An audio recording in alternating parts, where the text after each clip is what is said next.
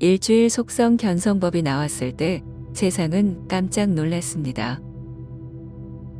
평생을 바쳐 수행해도 이루기 어려운 것이 깨달음이고, 그래서 내 생을 기약하는 것이 다반사이니 말입니다.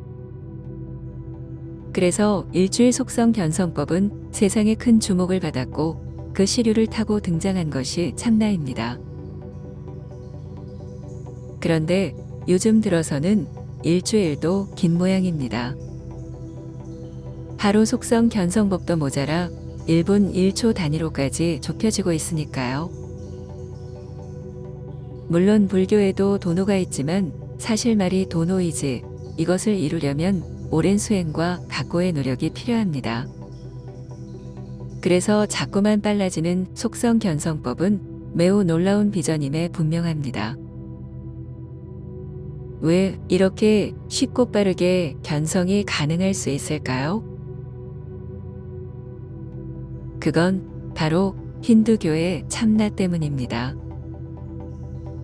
참나가 깨달음이라는 전제를 달고 그 접근 방법에 몰라를 섞으면 가능해집니다. 다시 말해 깨달음의 정의에 따라 수행 방법과 성취 시간이 얼마든지 줄어들 수 있는 겁니다.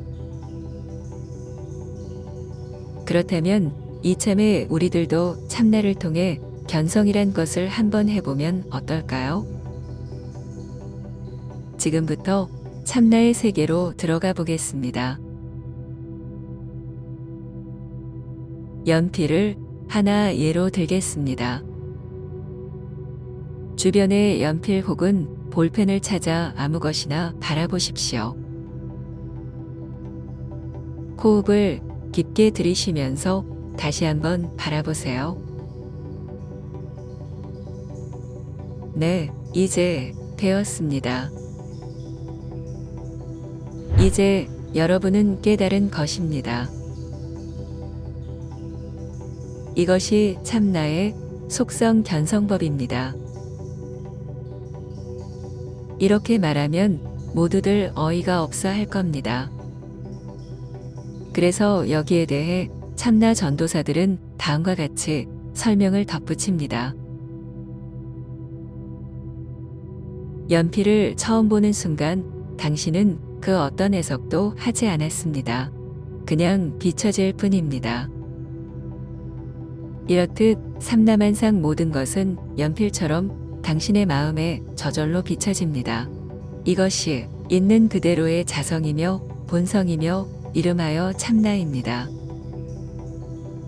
그런데 당신은 습관적으로 연필에 해석을 가합니다.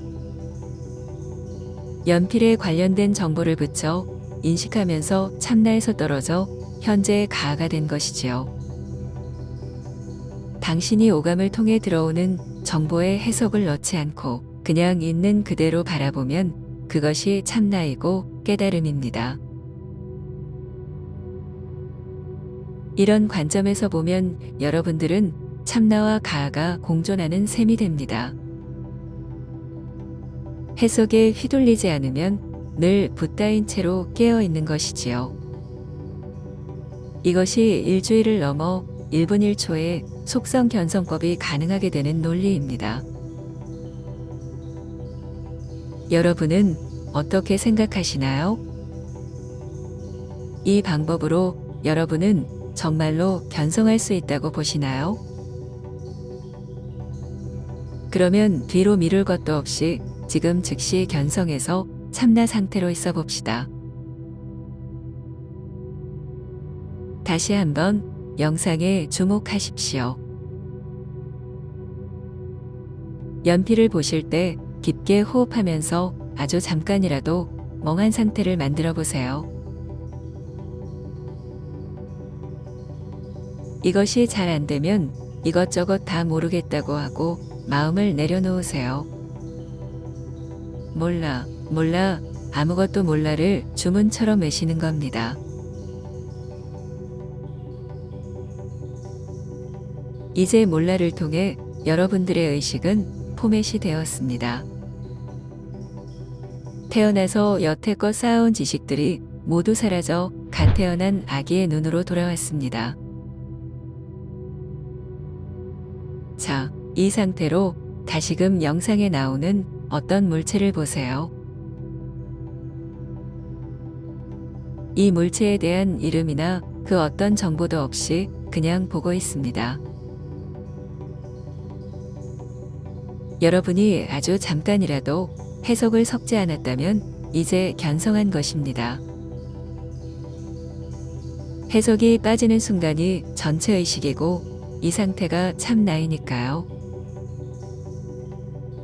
해석을 하면서 나의 범위가 생기고 이로써 생로병사를 비롯한 온갖 한계가 따라붙습니다. 그래서 해석을 하지 않고 그냥 오감을 통해 들어오는 정보를 순수하게 비추는 마음이 되면 생사를 초월해 존재하게 됩니다. 이것이 참나로서 깨닫는 공통적인 방법입니다. 그러면 이 방법이 맞을까요? 해석을 하지 말라는 것은 생각을 쓰지 말라는 뜻입니다. 생각을 하지 않으면 그것이 견성이고 깨달음이라는 것이지요. 그런데 생각을 인간보다 적게 쓰는 동물이나 식물, 심지어 생각을 하지 않는 무생물들은 어떤가요?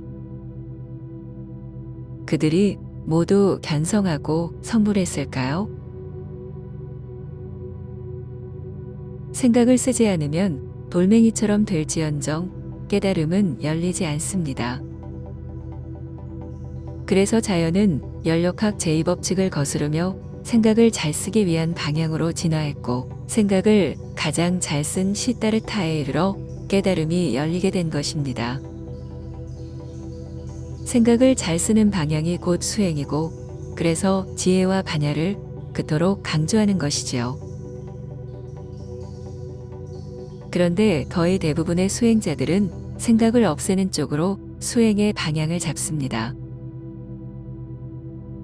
과거에 이름난 도사, 법사, 대사, 선지식들이 하나같이 그렇게 해왔기 때문에 의심 없이 그 길을 따라가는 겁니다.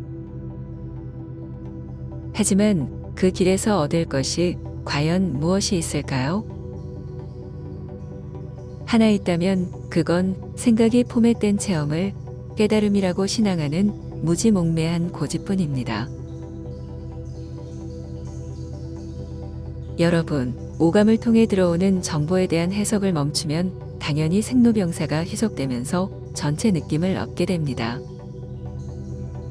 개체의 감옥에서 벗어나 우주가 된 홀가분한 기분이 충만합니다. 그런데 그 기분이 도대체 뭐가 어떻다는 건가요? 그런 기분을 100번, 1000번 느껴서 무엇을 얻을 수 있나요? 마음의 평화요?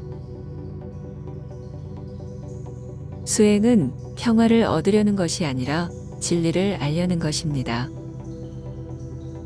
그리고 그런 식으로 생각을 억눌러 얻는 평화는 진정한 평화도 아닙니다. 참된 평화는 어떻게 삼라만상이 시작되어 현존하며 그 가운데 나의 존재의 의미가 무엇인지에 대한 자각에서 비롯합니다. 진리를 모르면서 누리는 평화는 일종의 마취이고 세뇌이고 신앙일 뿐입니다. 인류는 오랜 경험을 통해 두 가지 중요한 결과물을 얻었습니다. 그중 하나는 중생의 고통을 빠르게 없애주는 참나라는 진통제이고 또 다른 하나는 중생이 된 근본 원인을 해결하는 무아라는 치료제입니다. 참나의 진통제는 고통을 유발하는 생각을 마취해 깊은 안식을 줍니다. 반면에 무아의 치료제는 생각이 통증이 된 근본 원인을 찾아 해결해 줍니다. 따라서 진통제인 힌두교의 참나를 불교의 치료제처럼 과대포장만 하지 않는다면 그것의 가치는 지대할 것입니다. 당신은 아직도 생각을 마취시켜오는 참나의 안식에 만족하시나요? 시타르타가 인류에게 남긴 무아의 치료제를 사용해 볼 의향은 없으신가요?